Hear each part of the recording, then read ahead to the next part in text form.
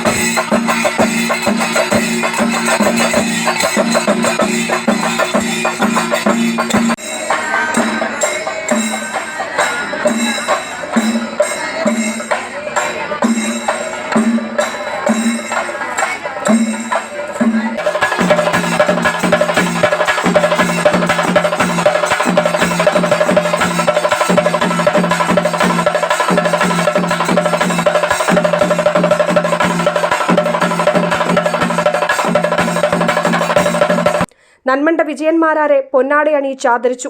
നിരവധി ഭക്തജനങ്ങൾ താലപ്പൊലിയിലും മഹോത്സവ ചടങ്ങുകളിലും പങ്കാളികളായി. ക്ഷേത്ര ഭാരവാഹികളായ ശ്രീധരൻ വടക്കേക്കര, ജയരാജൻ എള്ളുകണ്ടി, സത്യൻ മൊളേറ്റി, മാതൃസമിതി അംഗങ്ങൾ എന്നിവർ ഉത്സവത്തിന് നേതൃത്വം നൽകി വരുന്നു. News bureau, media vision.